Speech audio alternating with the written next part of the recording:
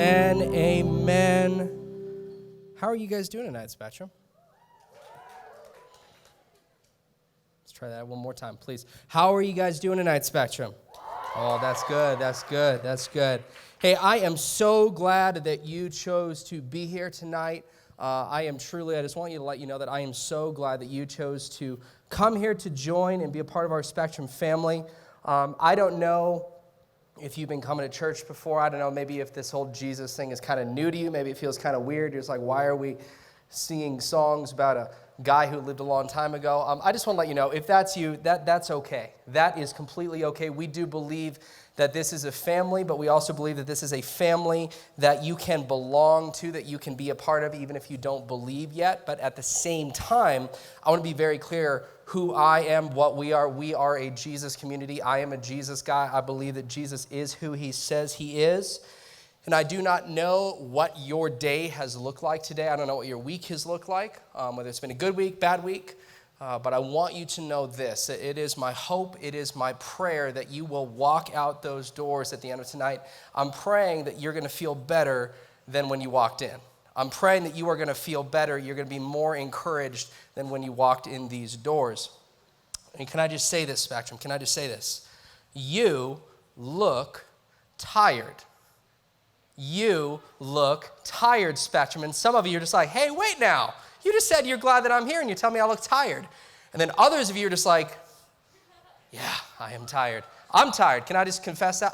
I'm tired today. Is anyone else just tired? Just own it. Let's own it. I'm tired. And I've had so much caffeine, it hasn't helped today at all whatsoever. I'm just tired. But here's why I think we all look tired. Here's why I think we feel tired. And maybe if you don't feel tired in here, I think you are probably more tired than you realize. Because 1 year ago, I stood on a stage in front of you guys. Not this stage. We were still back at Osuna. I stood in front of a stage. And I shared a talk on Psalm 46 about how that God fights our battles for us, that even in the midst of uncertainty and chaos, that we can still have strength, we can still find hope because of who God is, even when we're scared. And I remember a year ago, I was scared that night.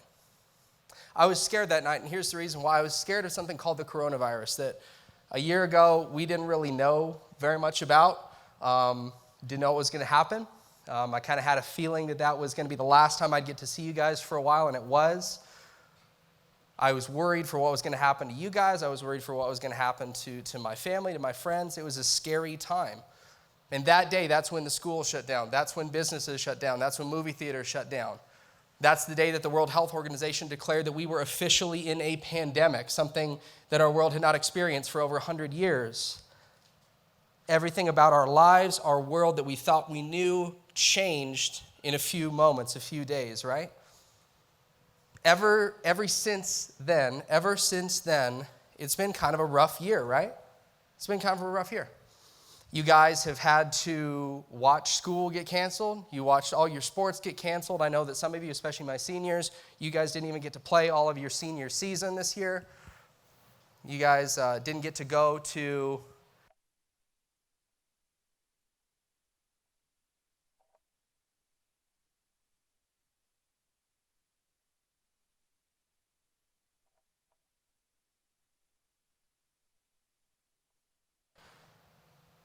And beyond that, also know that some of you in here, you have lost loved ones to this pandemic, that you have lost people in your life that you loved because of this. And I know that because over the last 3 months, I've officiated 2 funerals for people who died of COVID. I attended a funeral about a month and a half ago for a longtime member of our church who died of COVID.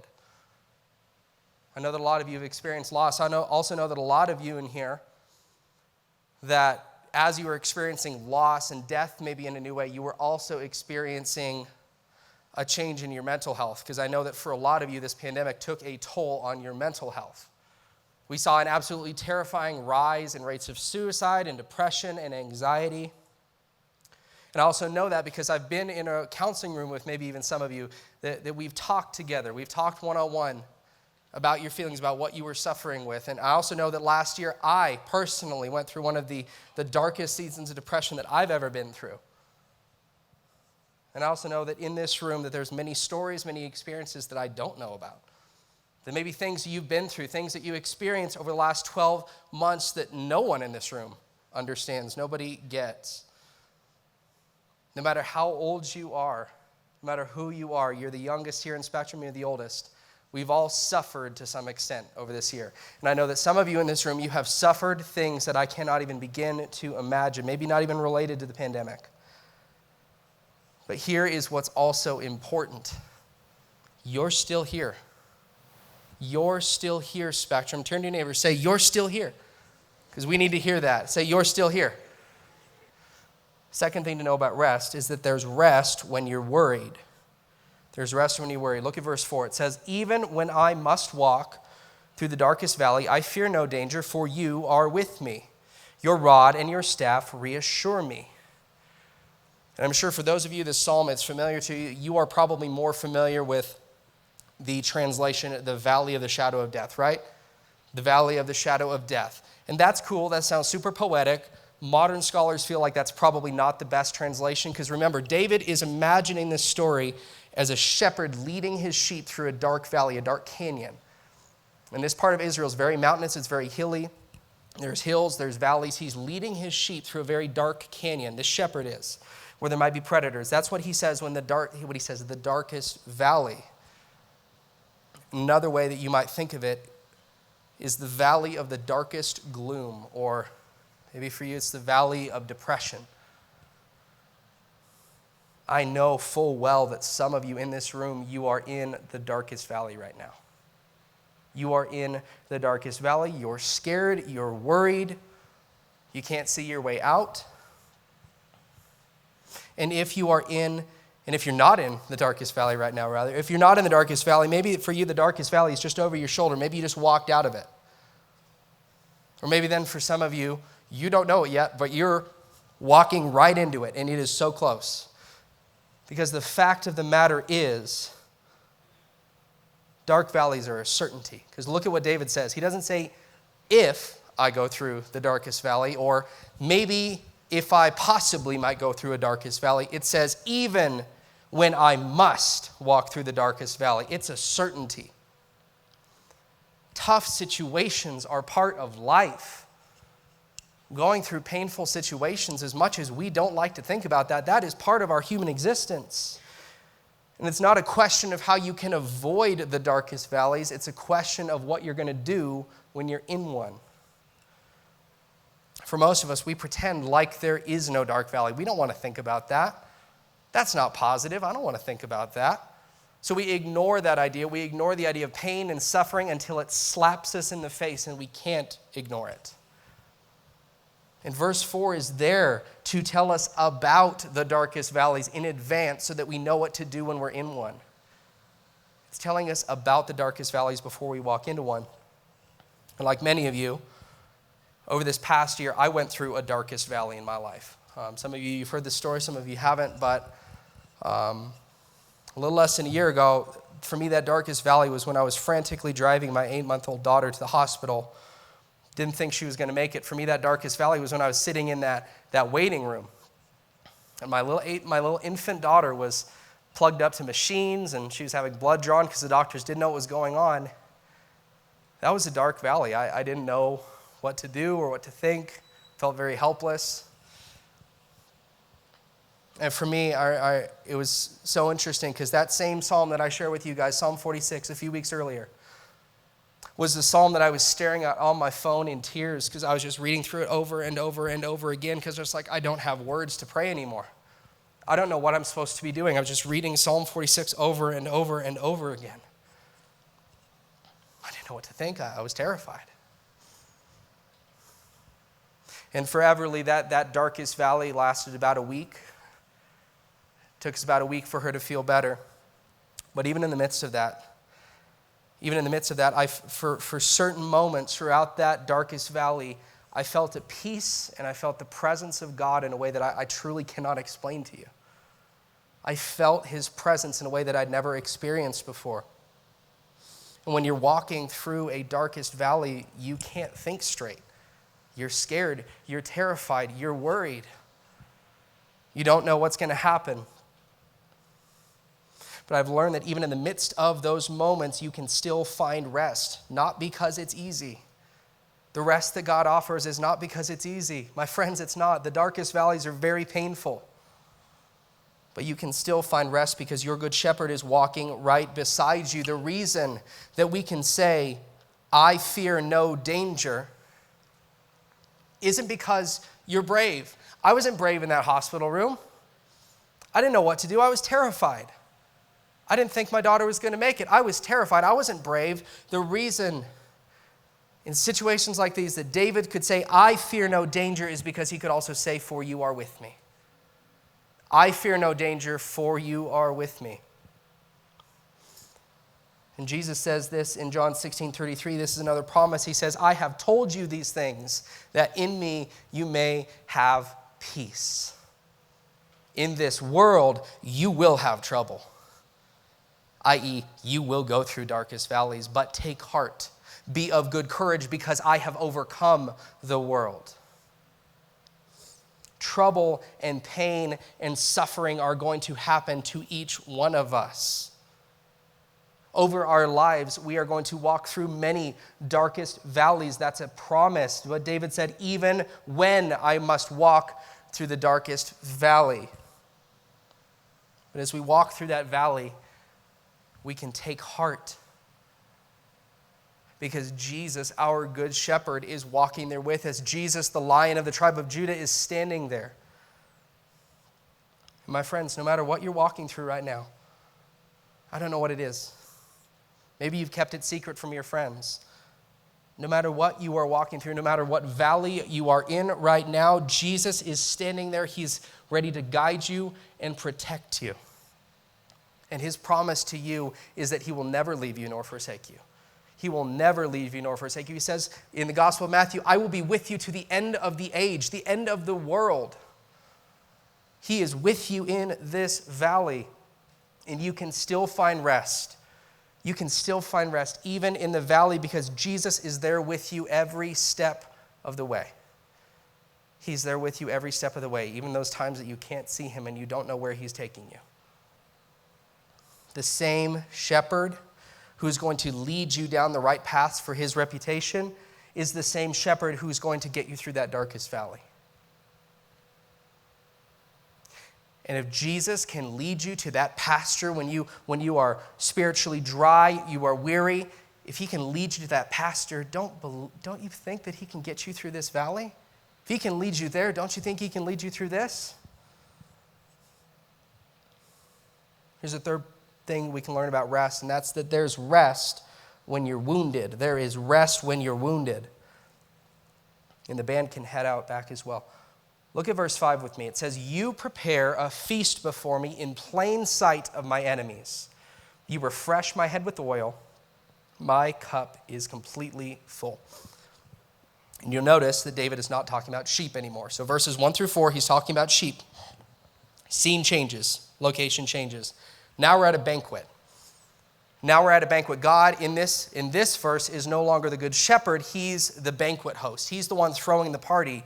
And now here, you're not the sheep. You're the guest of honor.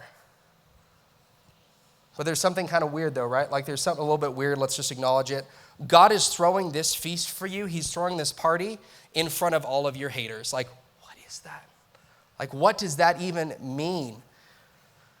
He's throwing this feast for you in front of all the people who are your enemies, who do not like you. Just like, what does that even mean? Who does that? So not only is God showing you honor by inviting you to the table, he's inviting you to sit down, he's refreshing your head with oil. He also set up the table in front of everybody who would gather there to hurt you. He set up the table in plain sight of your enemies. And remember, the verse before this just said the Lord was going to protect you from danger. And now here it says that he's setting up a feast for you in front of all of those people who are there to attack you. And that's a flex, right? Like that's a flex on God's part. Like who throws a party for somebody and then says, hey, I want you to invite all the people who do not like you, and they're going to watch me throw a party for you. Like that's a flex. You're walking through the darkest valley. You're surrounded by people who do not like you, who've bullied you, who've said rude things about you, who've spread rumors about you.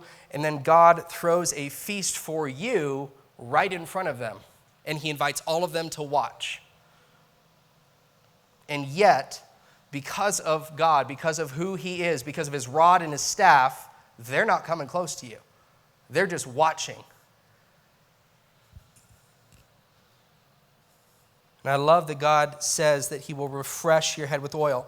And that's because you see, in ancient Near Eastern culture like this, about 3,000 years ago, when a weary traveler would show up, the host of that house, the owner of that house, would show him immense hospitality. He'd invite him in. He'd cook a meal for him. He'd wash his feet. He'd welcome him. He would pour oil on his head. And this traveler just walked through a hot, dry, dusty desert. He was tired, weary, exhausted, and because this was the days before Axe body spray, I can guarantee you he stunk.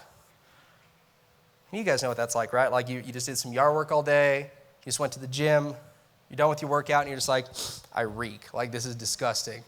I smell terrible, I feel sweaty, I feel gross. How good is it to go home and hop in the shower? Like, how good is it to hop in the shower, and now you get out, you don't smell like sweat anymore, you smell like Dove Bath and Body. Like, you smell good. That's what they would do back then. And the host would wash their feet. He'd pour that oil over their head so that they smelled better. He'd pour them a drink. And except in David's poem, this guest of honor is being pursued by a bunch of enemies. There are enemies watching this happen. And you see, that's because David knew what this was like. If you know the story of David, you will know that he spent many years living his life on the run from people. King Saul was out to get him for years. King Saul was hunting him down to kill him for years. He knew what it was like. And the guest in David's poem isn't just tired, he's probably wounded. He's been hurt. These enemies who are pursuing him have hurt him. And I know that some of you in here right now, you walked in here tonight feeling wounded. A lot of you walked into this room with your head held low in shame. Maybe it's because of what someone said about you. Maybe it's because of something that you did. I don't know. But you walked into Spectrum like this person. You were feeling wounded. You were feeling hurt. You're bleeding spiritually. And you walked into this room expecting that the God you were going to worship, the God you were going to encounter, was going to be an angry one, who is going to be upset with what you've done, and yet you walk in and you see that Jesus, he's preparing a table for you. He prepared a feast for you. He cooked a meal for you. And the truth is, you don't deserve to sit at this table. I don't deserve to sit at this table, and yet there's a seat there with our name on it. Reminds me of a scene, this scene reminds me of a story in the Gospel of John chapter 8, where Jesus is teaching near the temple, and the Jewish religious leaders, they find a woman who's been caught in adultery. She was caught sleeping with another man who is not her husband. They bring this guilty woman. They throw her in front of Jesus, and they said, "Ha, you need to condemn her, Jesus. She broke the law." What does Jesus do? He doesn't condemn her. He doesn't say, "Yep, you're right, let's execute her. Let's get it over with." No, what he does, he stands in between her. He stands in between her and her accusers, the people who are seeking to destroy her, her enemies, and her. Jesus puts himself in front of her. Her accusers cannot touch her now because Jesus is standing there protecting her. And you know how that story ends. He sends all of them away. They don't get to throw stones. They don't get to destroy this woman because Jesus is standing there. And then when it's just Jesus and this woman, he also says, "I don't condemn you. There's no one left to condemn you, and I don't condemn you either." Maybe you walked in here tonight with the shame of your own sin, your own brokenness. I don't know what that might be. You do. My friends, Jesus is here to free you from that burden. He's here to free you from the burden of shame. You walked in here with your head held low in shame and in fear, and Jesus is here to lift up your head. He's here to lift it up, my friends. You thought That you're going to walk into these doors and open the Bible to see a picture of a Jesus who hates you, who's angry with you. But instead you see a picture of a Jesus who protects you, and he sets a meal out for you. And verse 5 says that my cup is full. David says that my cup is full, and that cup signifies God's presence. It signifies God's favor, God's provision. And know this, you can never be too wounded that God isn't going to fill your cup up. You can never be too wounded, too broken that God doesn't want to eat with you. Your life, your cup is full of God's presence and God's favor, but only because Jesus, when he was offered another cup in a garden, this was the cup that Jesus says, God, if there is any way that I don't have to drink this, let's do that. Because you see, that cup was the cup of God's wrath. It was God's anger towards sin and brokenness and injustice. That was the cup that you and I deserve to drink. But when Jesus was on that cross, he drank that cup. He drank that cup. He drank the cup on the cross so that you wouldn't have to. Jesus drank the cup that you deserve to so that he could fill up your cup, that you could drink out of the cup that only he deserves to drink out of, which is his favor and his grace and his mercy. It does not matter how wounded you were when you walked in this room, how wounded you were by what you've done, by what others have done to you. Jesus has set a table in front of you. He's invited you to eat at his table. He wants you to sit in his presence. Not a single enemy, not a single accuser is allowed to touch you at his table. Nobody gets to touch you at his table. And Romans 8 says this, it says, what shall we say then about these things? If God is for us, who can be against us? Indeed, he who did not spare his own son, but gave him up for us all, how will he also, along with him, freely give us all things? Who will bring a charge against God's elect? That's you. Against God's elect. It is God who justifies. God's will for your life is not to throw you back to your accusers, to throw you back into your sin. His will is that nobody else other than him would have the final say over your life. You've been justified. That's what it means to sit at that table. You don't deserve to be at that table, and yet Jesus invited you to that table. And you get to sit there, and he has filled up your cup. God's will for your life, my friends, is that you would sit at that table, that your cup would be full for the rest of your life, not just for a moment, that you would sit at that table for the rest of your life, that you would experience God's fullness and God's favor for the rest of your life. And Jesus is standing there the whole time while you're eating. He's protecting you from your enemies. Not a single accuser gets past him. And even when you are surrounded by your own brokenness, you open your eyes and all you can see is your own guilt, your own shame, the things that people have said about you. When that's all you can see, Jesus still wants to give you rest in the middle of that, because Jesus is stronger than all of that. He's stronger than your sin. He is stronger than the people who've condemned you. He's stronger than your own guilt and shame. Jesus can give you rest even in the middle of that. And this is the last thing I want to share with you. It's the fact that there's rest when you're wandering. There's rest when you're wandering. Look at the last verse, and we're almost done, I promise. It says, surely your goodness and faithfulness will pursue me all my days, and I will live in the Lord's house for the rest of my life. I just want to zero in on one word there. It is the word pursue. The word pursue, because I know that some of you in this room, you are wandering. You are wandering. Maybe you have tasted the presence of God. You've experienced Jesus working in your life, but then over time, something else caught your attention and you just start to walk away. You wander away from the rest of the flock. I don't know what distracted you. I don't know what caused you to look over there and away from Jesus. I don't know what your story is, but I can tell you, I know what it's like to wander. I know what it's like to wander. And Jesus tells us a story in Luke 15 about a father and a son. And the son was very angry with his father, so he took his inheritance early, took some of his father's money, and he left. He went to a far distant country. He's just like, I'm going to do this on my own. I don't want you anymore. And he spent every single penny of that fortune, every single penny of that money, and he had nothing left. He was hopeless. He's starving to death, and he's thinking, the only thing that I can do to continue living is that I'm hoping if I go back to my dad, maybe he'll let me be a servant. I won't be a son anymore, but at least I'll be a servant. At least I'll have some food. And this is how his story ends. It says, so the son got up and went to his father, but while he was still a long way off from home, his father saw him, and his heart went out to him. He ran and hugged his son and kissed him. Then his son said to him, Father, I've sinned against heaven. I've sinned against you. I am no longer worthy to be called your son. But the father said to his servants, hurry, bring the best robe and put it on, and put a ring on his finger, sandals on his feet, bring the fattened calf, let's kill it. Let's eat and celebrate, because this son of mine was dead and is alive again. He was lost and is found.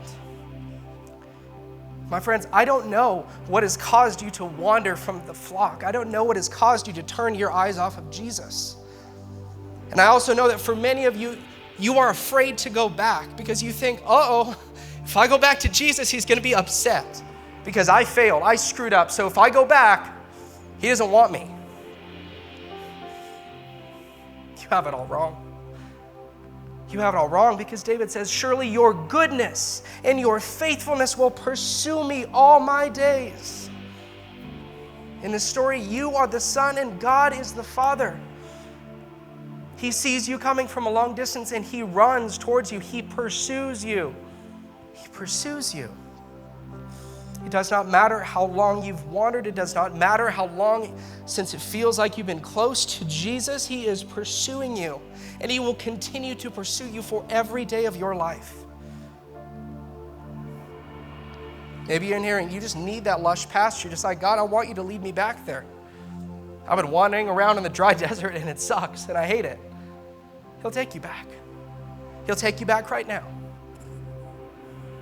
Maybe you're in the middle of that darkest valley and you feel distant from him and you're just like, I don't know where to go. I can't see. I don't know where I'm going.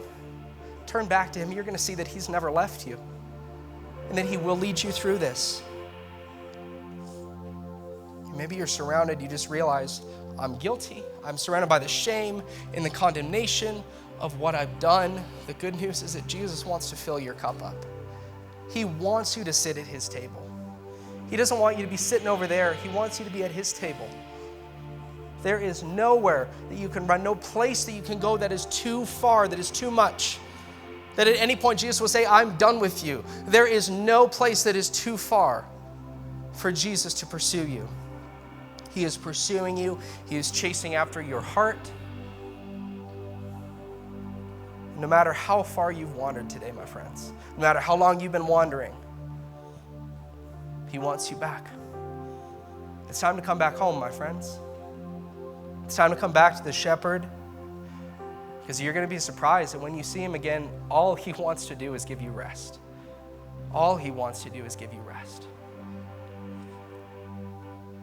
And I just feel like there's a lot of heaviness in this room right now. I feel like there's just a lot of fatigue.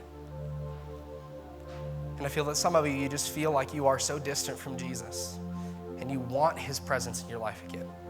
You want to feel that again. This is just a prayer. We're not praying to receive Jesus as a rededication. We're just asking for Jesus to come back into our life. We're just asking him to lead us back to that pasture. So let's bow our heads. If that's you and you're just like, I just need rest, Jesus. I'm so tired. Just raise your hand. Just like, I'm tired. I'm worn out. I don't want to keep going. If that's just you, I just want to pray with you. Let's do this together. Let's pray. If you just need rest, maybe you're weary. You're tired of dealing with everything that this life has thrown at you this last year. You're weary, you're tired, you're exhausted. Maybe for you, you're worried because you are in the middle of the deepest, darkest valley you've ever been in. Maybe you're wounded by what other people have done to you. You didn't have anything to do with it. It's like, Jesus, I need rest. I need healing. Maybe you're wandering and you're just like, Jesus, I've wandered for long enough. I'm done.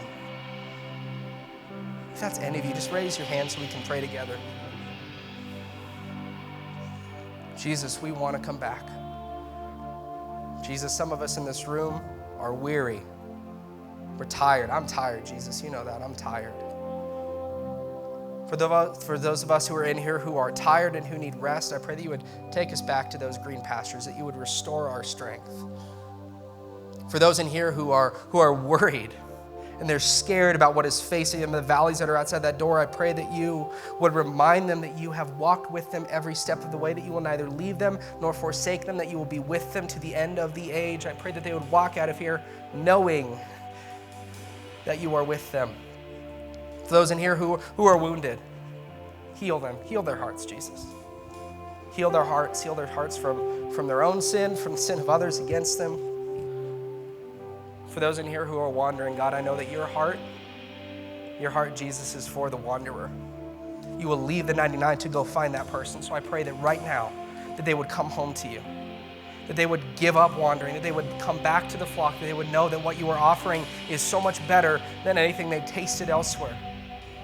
And remind them that as they come back, you are there, you've been waiting for them the whole time, and that you are going to go run and hug them, because that is your heart, Jesus. Thank you for how good you are, Jesus. Thank you that you are the good shepherd, and I pray that tonight that we would leave feeling rested. In your name, amen. Let's worship.